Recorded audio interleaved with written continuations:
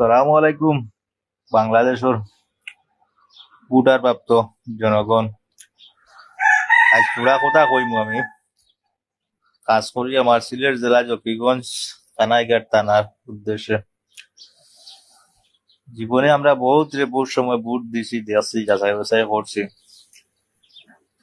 আর এবার সমাধানের হলর কাছে আমি প্রবাসীর আবদার,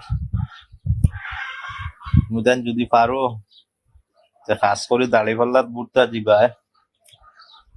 আর দাড়িপাল্লার উদ্দেশ্য কথা হওয়ার এমন কোনো কারণও নাই আমার, আর এমন কোনো ফায়দাও নাই যে এরা নির্বাচিত হইলে আমি যে প্রবাস কাম করিয়া খাওয়া লাগতো না, দেশ আইলে আমি এরা পাশ হইলে আমি খাইমু করো বইয়ে, তাও কোনটা না। হোক আমি খামলা ওটা কাম করতে হইব, দেশও গেলেও কাম করা লাগবো, আর বিদেশ থাকলেও কাম করা লাগবো।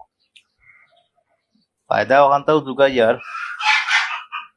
মনে করিলাম ইসলামের রাষ্ট্রটা যদি কায়েম হয়, আশা করি দেশের যে শিশু মেয়েরা নির্যাতিত, নারীরা নির্যাতিত, ওখান থেকে হয়তো একটু তা শান্তি মিলবো। আর ওখানটাও চাই দেশের মা বোনের ইজ্জতটা জেলা হিংস্র মানুষরা লুটতো না পারে, ওখানটাও চাইলাম। আর একটা জিনিস তুমি তাই যাচাই করিও, কথাটা শুনিও পালা করি।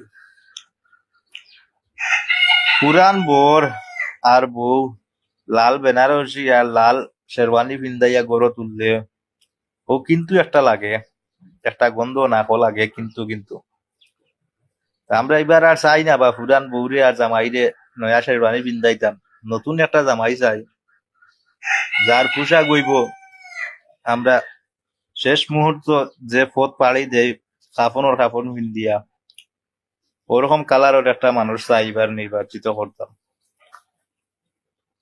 তা আপনারা সবেও কাজ করি জামাত শিবির যে প্রার্থী আছেন দাড়িপাল্লার, এরারে কাজ করি ভোটটা দিবা। আর আমরা তো আফসোস করি আর প্রবাসও থাকা অবস্থায় তা পারতাম না ভোট দিতাম।